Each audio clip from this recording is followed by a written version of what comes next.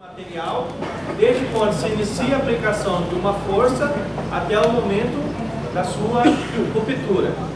E aí é muito importante considerar o quê?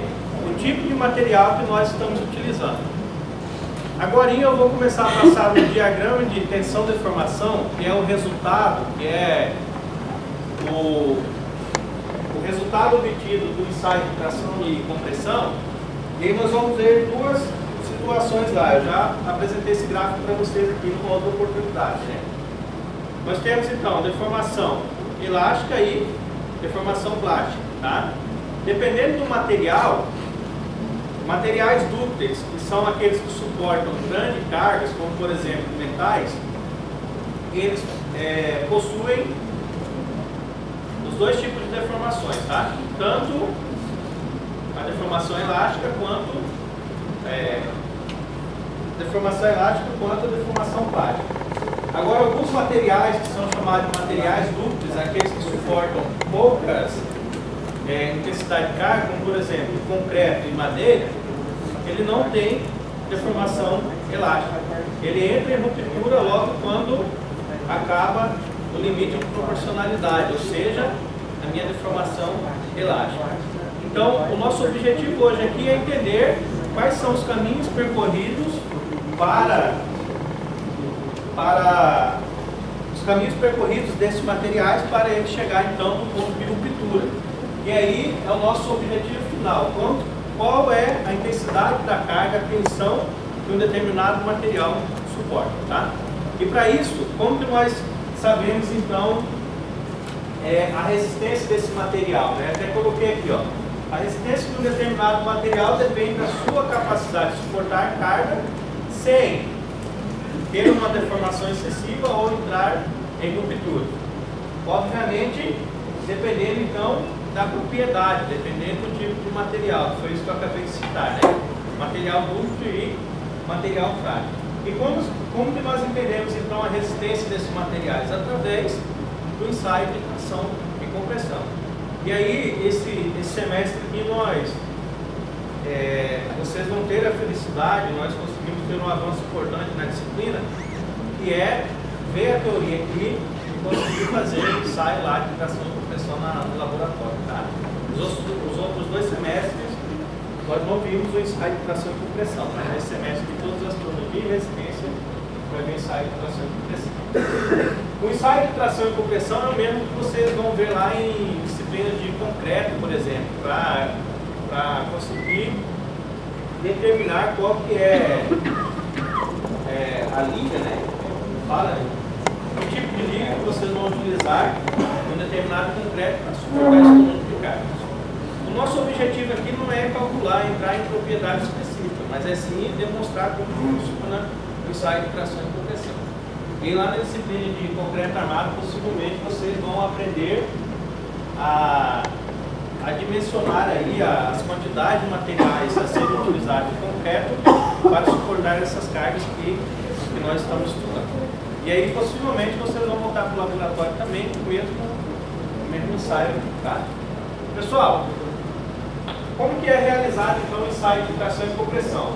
Primeiramente, nós temos que ter um corpo de prova. O corpo de prova é o material que nós vamos estudar, tá? Com forma e tamanho padronizado, tá? Então, ou seja, a estrutura que nós vamos utilizar, por exemplo, nesse caso aqui, ele tem que ter esse mesmo tamanho e o mesmo diâmetro dessa haste aqui, o mesmo tamanho e o mesmo diâmetro, e isso daqui também tem que ser uniforme. Por quê, pessoal? Obviamente, se você não tem uniformidade de um corpo de prova, o que acontece? Você não consegue dimensionar qual que é a tensão de ruptura. Por quê? Obviamente, um material com diâmetro maior, ele consegue suportar mais cargas que um material com diâmetro menor, né? Então, se você tiver, para realizar o ensaio de tração e compressão, dois diâmetros diferentes, ou por exemplo, duas barras interligadas, soldadas, nós não conseguimos fazer o ensaio de tração e compressão. Por conta disso, porque nós não vamos descobrir a real intensidade da tensão que ela pode suportar. Aí nós identificamos então duas marcas ao longo deste corpo de prova, para quê? Para mim ter o meu comprimento de referência, o comprimento inicial. O corpo de prova que nós vamos trabalhar lá é semelhante a esse daqui, tá? Uma estrutura bem semelhante. Então nós delimitamos aqui o comprimento inicial, 2 pontos, medimos o comprimento inicial. Depois, à medida que esse corpo é tracionado, qual é a tendência desses pontos aqui? Eles se moverem, né? Então, se nós temos depois, quando ele se rompe, o comprimento final menos o comprimento inicial, nós vamos descobrir qual que é o alongamento, né, dessa barra. Qual foi o alongamento que teve na estrutura até se chegar ao ponto de ruptura. E também mede-se a área inicial, tá? Para a gente conseguir primeiro determinar a tensão de engenharia e depois mede-se então a área final para identificar qual foi o percentual de redução de área, né? E aí, como nós medimos então a área inicial? Também identificando qual que é o diâmetro inicial, tá? Ou o lado, a espessura inicial desse material. Então, o ensaio de tração e compressão ele é utilizado para determinar a relação entre a tensão normal média desenvolvida na estrutura e a deformação, tá? A deformação é esse que nós chamamos de a letra grega epsilon, né? Essa deformação é o quê? É quanto que uma determinada estrutura se deformou, ou seja, quantos milímetros por milímetro de comprimento ela se deformou. São algumas contas bem simples de se fazer, tá? Muitos materiais, por exemplo, a maioria dos metais, depois eu posso passar uma tabela para vocês, já se tem, já foram realizados ensaios experimentais e já tem quais são a tensão de ruptura de cada material. Se a gente tem uma tensão de ruptura, por exemplo, um ácido carbono, que é tabelado, e nós determinamos, queremos um fator de segurança próximo de 1, 2, por exemplo, nós conseguimos achar então a nossa tensão admissível, né? Quando a gente joga a tensão admissível, nós conseguimos então descobrir qual é o diâmetro necessário para suportar a carga. Então é nessa parte aqui que nós vamos entender, começar a entender aquela situação que eu falei para você, né? O que é a tensão de ruptura e o que é a tensão admissível. Lembrando que a tensão admissível tem que ser inferior que a tensão de ruptura, né? É aquilo que eu comentei numa aula atrás aí também. Se elas estiverem muito próximas ou forem iguais, o que acontece? A estrutura não suporta cargas adicionais, tá? Pequenas cargas adicionais é ajudar esse ponto. Então, o nosso objetivo aqui hoje é falar sobre esse ensaio de tração e compressão, entender quais são os caminhos que o material percorre até chegar ao ponto de ruptura e entender essa relação entre tensão admissível e tensão de ruptura, certo? E aí aqui nós temos então, se esse ensaio ele quer saber a relação entre a tensão normal média e a deformação normal média, como que nós calculamos a tensão nominal de engenharia? O peso que a estrutura está suportando dividido pela sua área inicial. E qual que vai ser a tensão de ruptura então? É a carga máxima que ela atingiu dividido pela área final, né? E nós conseguimos ver qual que é a tensão de ruptura desse material. Então aqui é a tensão nominal de engenharia, é a tensão no início do processo, e a tensão de ruptura é a tensão no final do processo. Tem um comentário que eu ia falar aqui, eu acabei esquecendo. Vou lembrar o documento para você. E a deformação então, pessoal, vai ser o quê? Vai ser o alongamento da barra dividido pelo comprimento inicial. Quando nós temos substituímos então. Eu sei que o alongamento vai ser o quê? O comprimento final menos o comprimento inicial, né? Então esse negócio aqui vai ficar igual, a deformação vai ser igual ao comprimento final menos o inicial, dividido pelo inicial, né? Só que essa unidade aqui é a unidade, geralmente metros ou milímetros. E essa daqui também é metros ou milímetros. Esse negócio aqui, a deformação, ela é adimensional, então não tem unidades. Em outras palavras, é quantos milímetros ela se deforma por milímetro de comprimento, ou quantos metros a barra, a estrutura se deforma por unidade de comprimento dela, tá? Certo? E aí, o resultado, então, do ensaio de tração e compressão é o que nós chamamos de diagrama tensão-deformação. Eu vou apresentar. Limite de resistência maior que o limite de ruptura. Ah, tá. É porque quando ela chega no final, a área já é reduzida, né? Ela já está na área de fricção. O que acontece? Esse negócio aqui, ó, ele começa a reduzir. Por isso que o limite de resistência ele é superior o limite de resistência está bem na divisão entre a tensão que começa a desenvolver antes dela entrar em restrição.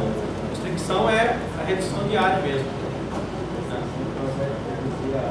Reduz a área até chegar no movimento. Por isso que ela é diferente. Professor, esse conteúdo já é para chegar para fazer a fonte da TPS? Também dá. Você vai explicar alguma coisa? Vou explicar. A TPS vai explicar.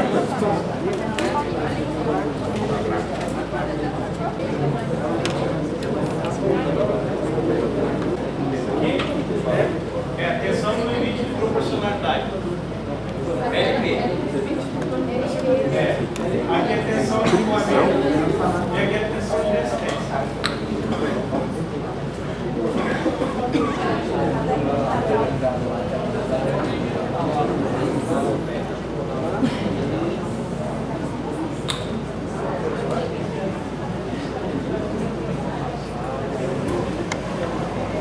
No ensaio que nós fomos fazendo no laboratório, o ensaio de tração e compressão, ele já nos traz esse gráfico aqui, tá? Então o resultado final, o próprio equipamento, ele já traz todo esse gráfico aqui. Essa linha então, que o gráfico forma, é a chamada linha o chamado diagrama de tensão da deformação, tá? E aí aquilo que eu comentei com vocês, né? Alguns materiais, que são os materiais dúcteis, eles apresentam então região elástica e consequentemente uma região plástica. Materiais frágeis, apenas a região elástica, atingiu o limite de proporcionalidade e ele já entra em ruptura, certo? Qual que é a principal diferença, né? A região elástica, então, falando lá, o comportamento elástico, a tensão é proporcional à deformação. Ou seja, à medida que eu aumento uma unidade de tensão, aumenta uma unidade de deformação. E aí, ele apresenta essa relação linear entre a tensão e a deformação, até atingir o nosso limite de proporcionalidade. Então, um pequeno acréscimo na tensão fará com que esse material ele entra na fase de região plástica, né? Que já é o escoamento, certo? Qual que é a principal diferença entre os dois? Antes de atingir o limite de proporcionalidade, ele mantém o seu comprimento original. Atingiu aqui a minha tensão de escoamento, mesmo se eu retirar a carga da estrutura, ela não volta mais ao seu comprimento original. Aí já tem deformação plástica, certo? Então, à medida que eu vou aumentando a força, vai aumentando a tensão, eu entro então na parte de endurecimento por deformação. Então, devido devido às reações químicas que ocorrem no interior do material, esse material ele começa a endurecer. E à medida que vai aumentando a carga, até atingir o limite de resistência, esse material permanece duro, só que atingir o limite de resistência, entra na fase de estricção. O que é a estricção? Começa a diminuir a área. Primeiro diminui a área, que é o que está apresentando nesse desenho. Em uma determinada região localizada do corpo, começa a redução de área. Isso daqui no corpo de prova é muito interessante. Vocês verão lá, é muito perceptível mesmo a parte de redução de área. Isso, a mesma coisa. Então começa a área, a estricção ela é caracterizada pela redução de área. O que acontece? A área pequena só suporta cargas decrescentes, né? Então se eu continuar aumentando a carga, aumenta a tensão e ele chega ao ponto de ruptura. Então é esse diagrama aí que o equipamento nos fornece lá quando nós vamos fazer o ensaio de tração, certo? Aí aquela pergunta que o colega fez, né, que estava aqui, por que o limite de resistência é maior que o limite de ruptura? É justamente porque aqui, ó, não tem redução de área, né? Começa a reduzir a área quando atinge o limite de ruptura, a tensão é menor do que a tensão do limite de resistência, tá? Por quê? Porque aqui ela tem, quando atinge o limite de resistência, ainda tem uma certo endurecimento do material, então é mais difícil para se romper, certo? Então essas daqui são as etapas que podem ocorrer para um determinado material quando ele está sujeito a tração ou compressão. Lembrando que o quê? Vai depender do tipo de material, né? Material dúctil tem região elástica e região plástica. Obedece essas 4 etapas. Materiais frágeis, apenas região elástica, certo? E aí agora nós vamos ver então quais são as formas de medir a ductilidade do material e a chamada lei de Hooke que se aplica aqui na parte da região elástica, para a gente conseguir determinar também deformação e consequentemente qual que é o alongamento de um determinado material.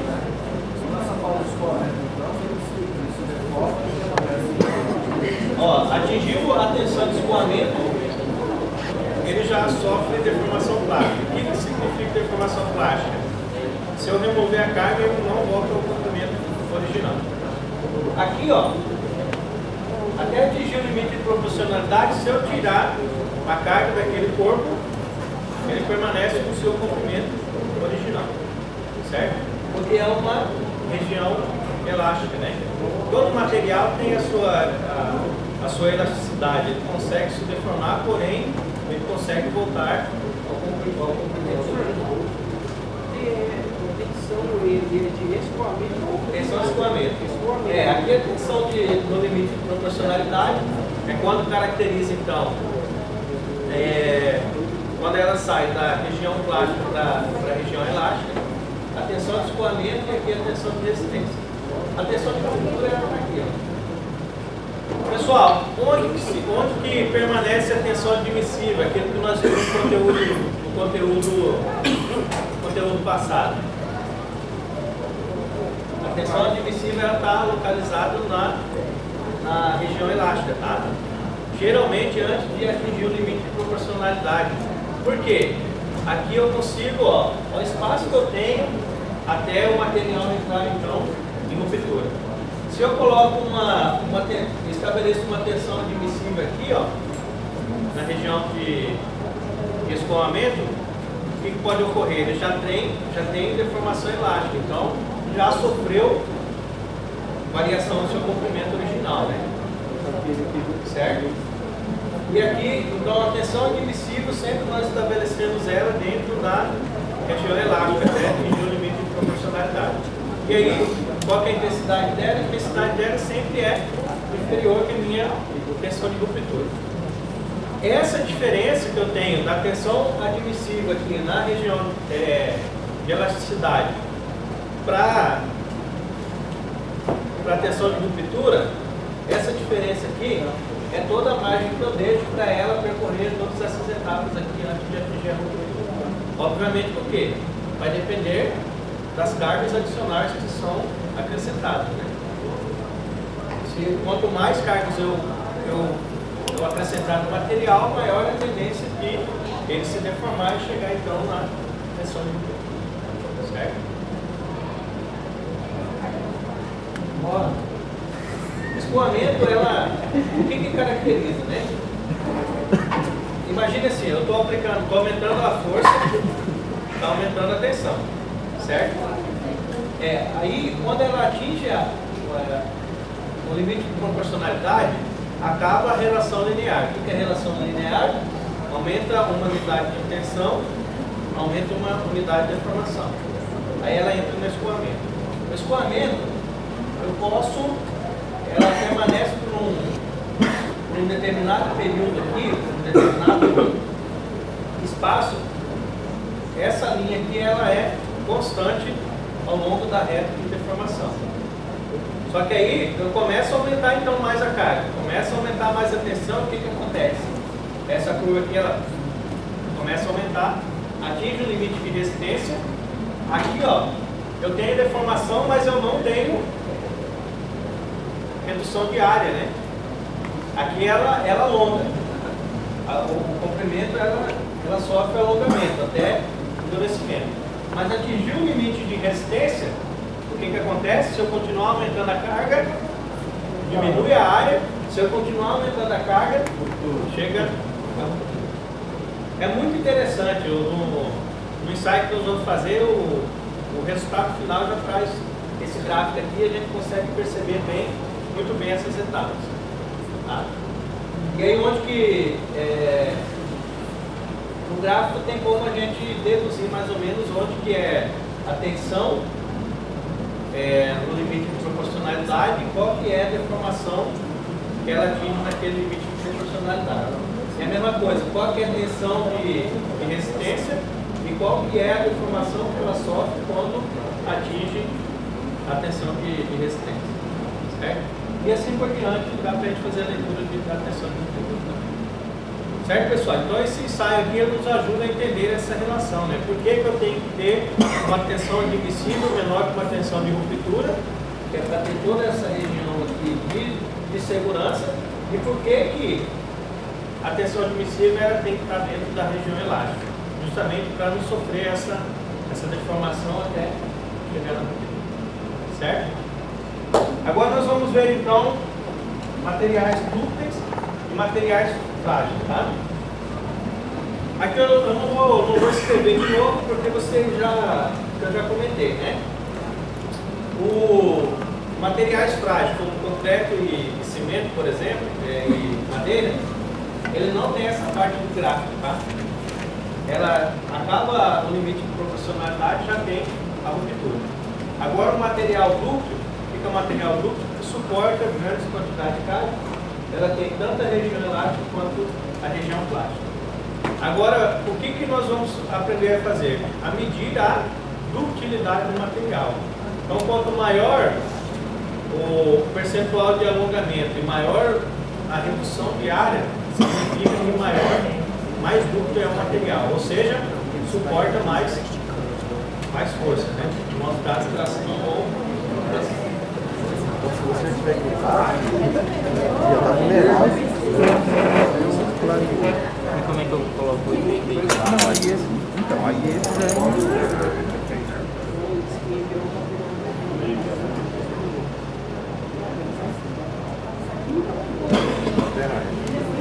não, só que ainda a contraparte precisa fazer fazer outra.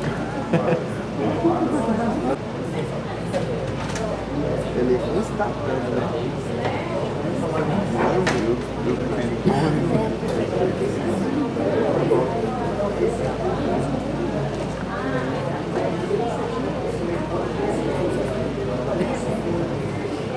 Dê uma olhada no exemplo 3.3.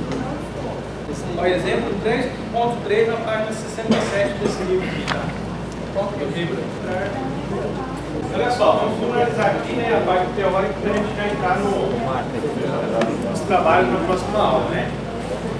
Existem duas formas, então, para especificar a ductilidade do material, ou seja, saber se ele possui tanto a região elástica quanto a região plástica. A primeira delas é o percentual de alongamento. Quanto maior o alongamento, maior o percentual de alongamento, mais dúctil é o material, ou seja, significa que ele suporta mais carga. Como que nós determinamos o percentual de alongamento?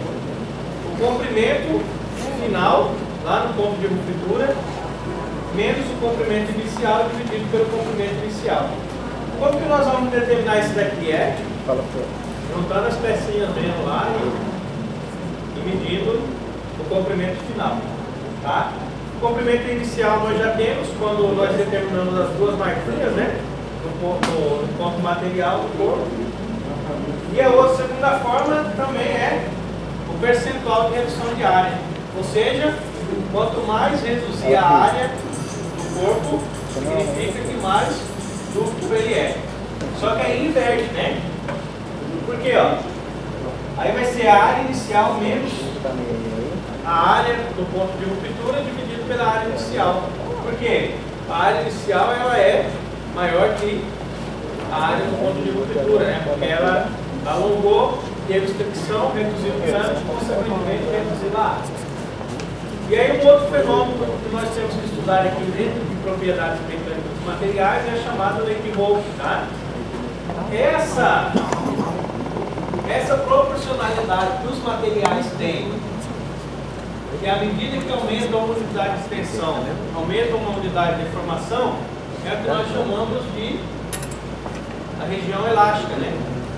E consequentemente esse fenômeno aqui ele é explicado pela lei de Moore. O que Hawke conseguiu analisar, né? Qual foi o